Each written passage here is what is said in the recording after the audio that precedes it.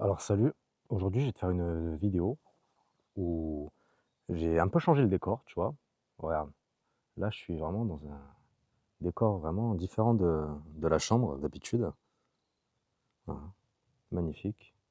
Un bon dimanche, fin d'après-midi, tout seul, sorti des sentiers battus parce que j'ai dû un peu escalader et on va retenir ce mot, ça, sortir des sentiers battus.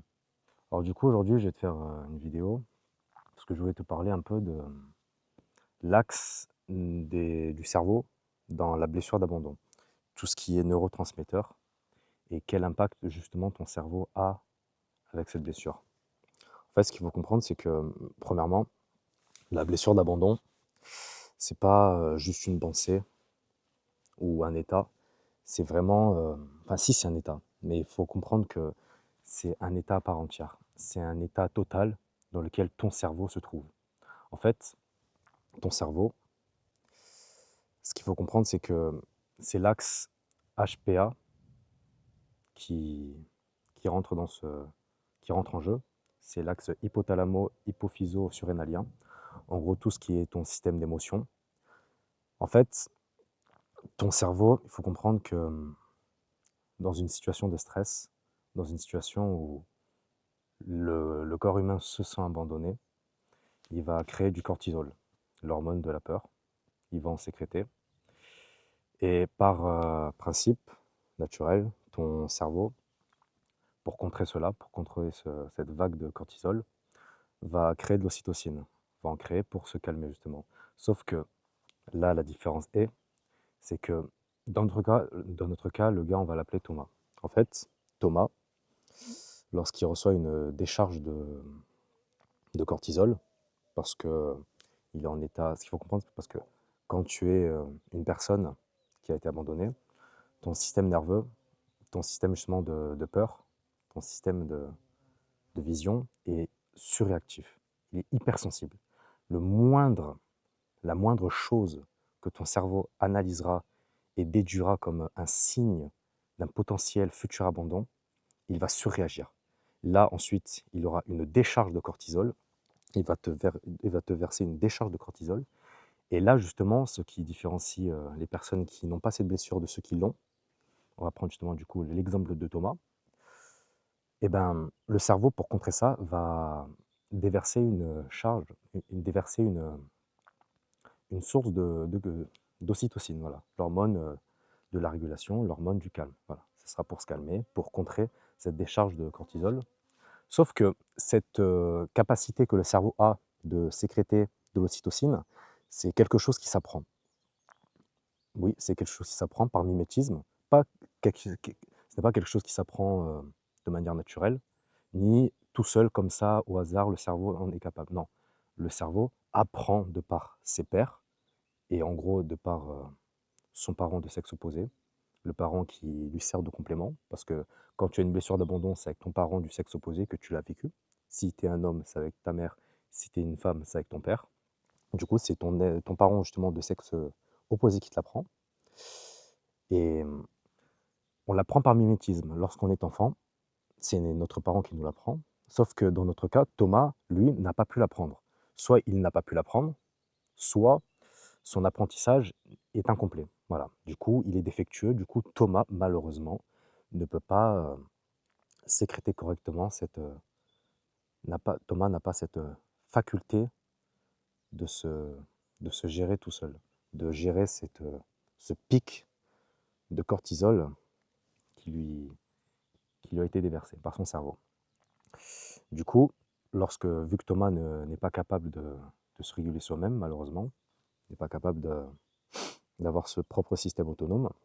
Du coup, comme je disais, vu que Thomas n'est pas capable d'avoir ce système de régulation autonome, il va être en état de survie constant, vu qu'il va être constamment sous l'effet du cortisol. Du coup, vu que son cerveau n'a pas l'habitude justement de recevoir de l'ocytocine dans ce genre de situation, Thomas, vu qu'il est en mode survie, premièrement, lorsque on est en mode survie, le cerveau, tout ce qui est cortex préfrontal, tout ce qui est dans la zone de la réflexion, tout ce qui est dans la zone du rationnel, on oublie. le cerveau met une croix là-dessus, ton cerveau reptilien met une croix là-dessus, il va primer sur l'émotion, il va primer sur la survie. Voilà. Ton cerveau se sent en danger de mort sociale, attention, danger de mort sociale. Du coup, tout ce qui est aspect réflexion, analyse purement froide, on oublie. Il est dans un état émotionnel, ton cerveau va réagir de façon émotionnelle, il va réagir instinctivement. Du coup, vu que Thomas est dans cet état, tout ce qu'il va voir, il ne l'analysera pas de façon objective. En gros, il va être dans un état qu'on va appeler le biais de qui s'appelle le biais de négativité. Et Thomas, tout ce qu'il verra, si par exemple son partenaire ne lui répond pas, pour lui, ce ne sera pas parce que son partenaire est sûrement fatigué, en réunion avec des gens, non. Il va obligatoirement, enfin, dans tous les cas, le voir comme quelque chose de négatif, comme une fatalité, parce que le cerveau va comprendre une seule chose pour lui, vu qu'il est en mode survie, et toute réflexion rationnelle n'existe plus. Pour lui, sa conclusion sera je vais être abandonné. Du coup, vu que ton cerveau, le cerveau de Thomas va entrer dans cet état, va comprendre cette chose, il va adopter certains comportements. Du coup, en fait, vu que Thomas ne peut pas sécréter de façon autonome de l'ocytocine, il va tomber dans une spirale que chaque personne blessée tombe. En fait, dès qu'il va recevoir une notification de la personne, peu importe quel type de notification, mais dans notre cas, on va parler de notification de la personne qui lui répond. Si Thomas reçoit une notification, eh ben, il va recevoir, en fait, il va pas recevoir de l'ocytocine, il va recevoir une décharge de dopamine. Parce que cette décharge de dopamine, elle sera due à son cerveau qui va croire à... Parce que pour son cerveau, pour Thomas, pour le cerveau de Thomas, notification égale potentielle future attention, donc potentielle future dose de dopamine. Voilà. Pour Thomas, pour le cerveau de Thomas, attention, pour le cerveau de Thomas, pas pour Thomas, pour le cerveau de Thomas, il faut faire la distinction.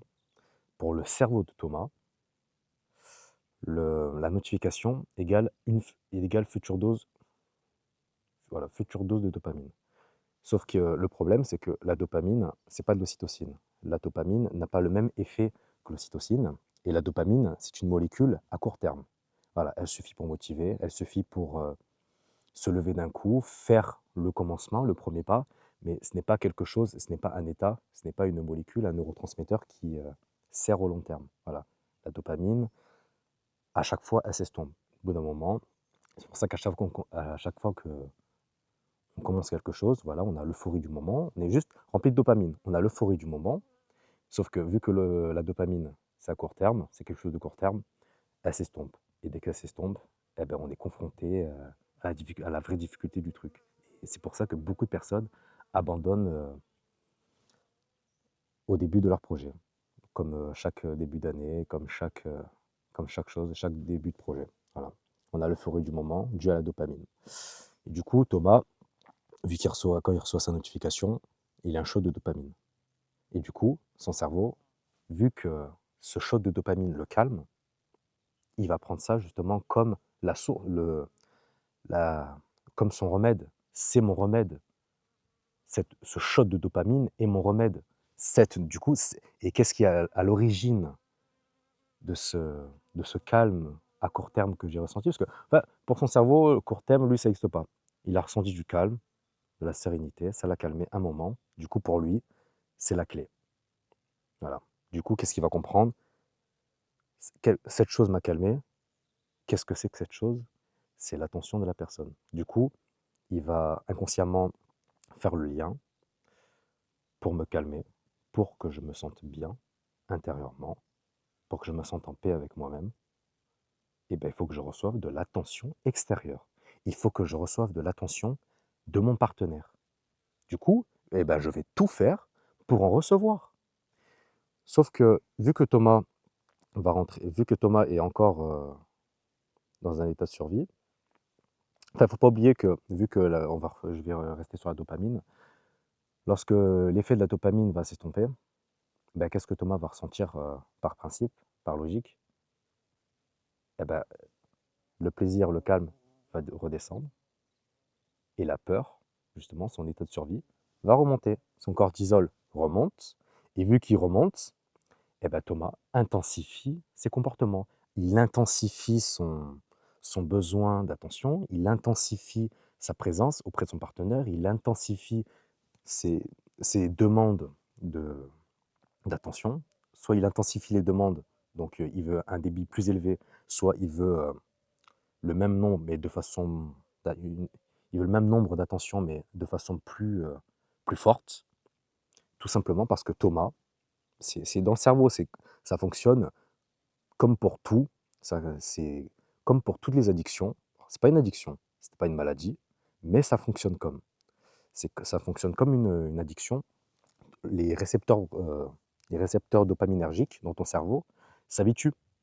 Ils deviennent de moins en moins sensibles à toutes les doses de dopamine que tu reçois. Du coup, au début, les premières notifications, elles font du bien, les premières attentions, ça rassure, mais au bout d'un moment, ça ne suffit plus. Pour Thomas, ce n'est plus suffisant. Il lui en faut plus, il lui en faut toujours plus. Et vu qu'il lui en faut toujours plus, le, son état de survie, son état de son cortisol, son état de peur augmente au fur et à mesure. Thomas, c'est un seau percé. Il a constamment besoin de se sentir rempli. Sauf que, vu qu'il est percé, il se vide. Thomas a constamment besoin de se sentir plein en recevant de l'attention de son partenaire. Sauf qu'au bout d'un moment, son partenaire, qui n'est pas forcément blessé, lui, ne peut pas constamment donner l'attention dont Thomas a besoin. Il faut faire une distinction. Pas l'attention dont Thomas a besoin, l'attention dont Thomas pense avoir besoin. Parce que ce n'est pas en donnant toute l'attention du monde à une personne blessée qu'elle finira par guérir. Non. Ce qu'on est en train de faire, justement, c'est l'habituer à ça. L'habituer à lui faire comprendre que son, sa, on l'habitue justement à comprendre à son cerveau que pour se sentir bien, j'ai besoin de l'attention des autres. Sauf que non. Thomas, il va falloir qu'il comprenne que c'est avec lui-même, premièrement. Premièrement, tout va partir de lui parce que le problème part de lui. Donc, en premier lieu, ça partira de lui. La guérison commencera par lui. Thomas, il va falloir qu'il comprenne justement que ça commencera par lui. Du coup, vu que Thomas est un saut percé, voilà, je vais revenir sur ça. Vu que Thomas est un saut percé, il va constamment solliciter son partenaire pour recevoir de l'attention, plus d'attention ou de l'attention de plus en plus forte. Sauf que son partenaire, au bout d'un moment, ça devient une charge. De donner autant, ça devient une charge. Donc son partenaire, pour préserver justement son système nerveux, pour se préserver soi-même, va commencer à reculer. Il va commencer à se mettre en retrait. Mais Thomas, lui, bah, vu qu'il est en suranalyse, vu qu'il est constamment en mode survie, il va le voir. Inconsciemment, il va le voir. Il va voir ces petits détails. Il va voir que son partenaire commence à être de plus en plus distant, moins présent, lui répondre de moins en moins vite. Thomas, il va le voir. Parce que Thomas, il est constamment en suranalyse, en survigilance. Et vu qu'il va le voir, il va intensifier justement tous ses comportements. Vu que son cerveau, il va comprendre, mon partenaire s'éloigne, eh ben, je vais encore plus donner, je vais être encore plus présent, je vais la solliciter encore plus, je vais encore plus l'envahir, plus. Et au bout d'un moment, il va créer cette prophétie autoréalisatrice. Thomas, dès le début de la relation, cherchait à éviter de se faire abandonner.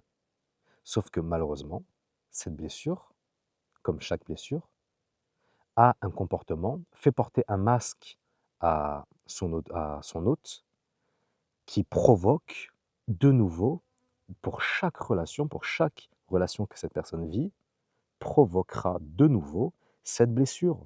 Thomas revivra constamment un abandon parce que c'est lui qui le provoque avec tous ses comportements sans qu'il s'en rende compte. Attention, sans qu'il s'en rende compte, avec toute la bienveillance du monde. Thomas n'est pas méchant. Thomas, c'est juste une personne blessée qui cherche à être aimée, qui cherche à être réconfortée parce qu'on ne lui a pas appris à se réconforter soi-même. On ne lui a pas appris où on lui a mal appris, dans tous les cas c'est la même chose, ça revient au même, on lui a mal appris à se réguler de façon autonome. On lui a mal appris. Du coup, Thomas a malheureusement un système défectueux. Alors, Thomas ce n'est pas une machine, il a un système blessé. Attention, c'est mieux d'employer le terme blessé. Parce que Thomas, ce n'est pas une machine, Thomas, c'est un être humain. Du coup, Thomas a un système blessé. Du coup, vu qu'il a un système blessé, il réagit comme une personne blessée. Et ce n'est pas ce dont Thomas pense avoir besoin, ce n'est pas ce dont il pense avoir besoin, dont il a besoin. Il lui faut une vraie guérison. Il lui faut quelque chose de vrai. Il faut qu'il apprenne. En fait, il faut qu'il revienne à la racine. Et la racine dont je parle depuis le début, c'est le cerveau. C'est ta façon, enfin, c'est le cerveau, c'est ta capacité, la capacité de ton cerveau à se réguler soi-même. Et toutes ces choses, alors, bien sûr, ça ne vient pas du jour au lendemain, mais toutes ces choses s'apprend. On a quelque chose dans le cerveau qui s'appelle la neuroplasticité. À force de répétition, lorsque tu apprends comment, par exemple, provoquer, comment provoquer justement un état de un certain état qui va forcer ton cerveau à te donner des décharges, enfin des décharges, à t'octroyer de l'ocytocine, bah, c'est des choses qui s'apprennent. Alors je te l'apprendrai dans des prochaines vidéos, c'est des choses qui s'apprennent à être dans un certain état, à sortir de ce mode de survie que le cerveau, enfin dans lequel ton cerveau est constamment, parce que ton amygdale, enfin il faut comprendre que c'est ton amygdale aussi qui joue, qui joue dans cet état de survie. En fait, il va falloir qu'on apprenne à sortir de cet état, à revenir dans le rationnel et à comprendre que, ok, là, je suis en état de réaction. Voilà, mon cerveau, mon système, mon cerveau reptilien, voilà, mon axe HPA, hypophyso-surrénalien se sent abandonné, il se sent en danger de mort, mais je suis en état réactif. Là, je suis en train de réagir. Ce n'est pas moi, je suis en train de réagir. Mon cerveau se sent abandonné, mais je ne le suis pas. C'est juste mon cerveau qui suranalyse, qui amplifie tous les trucs, et vu qu'il voit la moindre, tu vois, la moindre petite chose, eh ben, il anticipe déjà l'abandon. Vu qu'il anticipe l'abandon, eh ben, sans s'en rendre compte, malheureusement, il va le provoquer avec certains comportements. Alors j'espère que j'ai été assez clair pour ces premières vidéos. J'espère que j'ai été assez clair, que tu m'as compris, que tu as vu là où je voulais en venir. J'espère que ça t'a aidé et je ferai de prochaines vidéos où je parlerai justement de façon plus approfondie de ces choses, de tout cet axe neurotransmetteur, quel impact ont les neurotransmetteurs dans tout ça, parce que c'est principalement les neurotransmetteurs qui jouent dans cet état d'abandon, parce que ça vient de ton cerveau, c'est ton cerveau qui se sent en danger. Donc ton cerveau provoque un état, et sauf que les états dans lesquels tu es, c'est ton cerveau qui déverse des neurotransmetteurs dans tout ton corps. Voilà, donc à l'avenir, je t'apprendrai à l'avenir, je t'expliquerai comment réguler tout ça, comment bien, bien faire. Et j'espère que ça t'a aidé, et à la prochaine.